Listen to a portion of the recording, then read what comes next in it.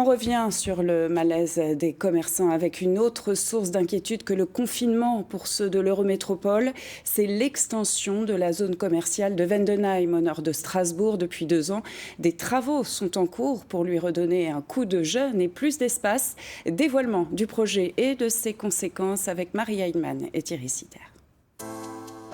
À une dizaine de kilomètres au nord de la capitale alsacienne, voici la zone commerciale nord. Elle s'étend désormais sur 150 hectares. Ce sera l'une des plus importantes de France, avec autour de l'hypermarché historique, son ancienne zone, la nouvelle extension au sud, des futurs espaces verts, pistes cyclables, ainsi qu'un nouvel accès d'autoroute. Un investissement colossal de 230 millions d'euros au total, porté en grande partie par un promoteur privé. Un projet soutenu dès le départ en 2013 par l'Eurométropole, qui a mis plus de 9 millions d'euros sur la table. Si cette zone n'était pas à Vendenheim, elle serait à Brumath, très certainement en dehors de la métropole, laissant les collectivités hors Strasbourg récupérer les 11 millions d'euros de recettes fiscales distribuées entre ce qui est dû à la métropole et ce qui est dû aux collectivités environnantes. Des recettes fiscales à la clé, également pour les 4 communes directement concernées, Vendenheim, Mundolsheim, Reichstätt et Lampertheim. De l'argent, mais aussi des emplois. 3000 personnes travaillent actuellement dans la zone, on en espère 4000 à terme. Pas de quoi rassurer le petit commerce de centre-ville. Aux vitrines de Strasbourg, on s'inquiète de cette concurrence. Vous voyez la conjoncture actuellement, le gâteau, on ne peut pas le partager en différentes parts. Automatiquement, il y aura une perte pour Strasbourg, c'est obligatoire. Ce qu'il faut, c'est perdre le moins possible. Donc un petit peu la crainte.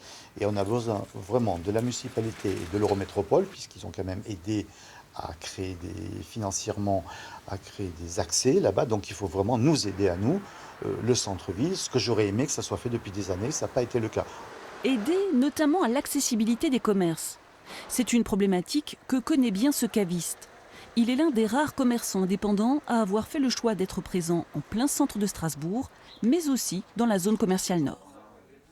D'ailleurs, on aura cette année quelque chose. Nous avons fait ce choix-là d'abord techniquement pour une raison de logistique, notamment par rapport aux livraisons, et puis pour permettre à nos clients de venir se garer devant le magasin, chose qu'ils ne pouvaient plus faire au centre-ville de Strasbourg.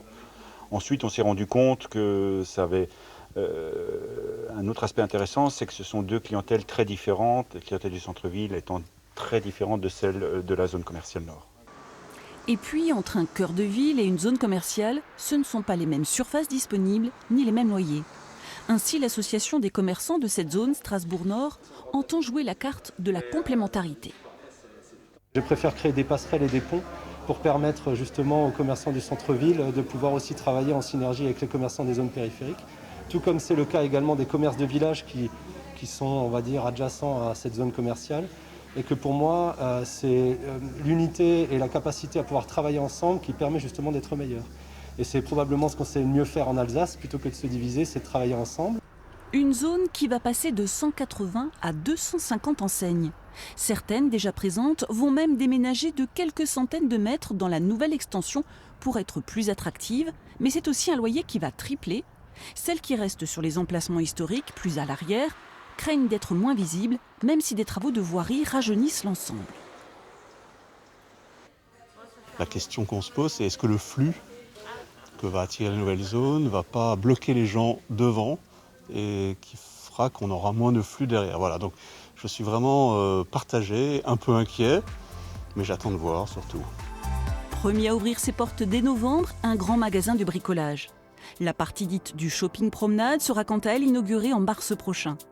Un concept qui doit attirer toute la famille. Le pari du grandiose, à l'heure où les ventes par Internet ne se sont jamais aussi bien portées.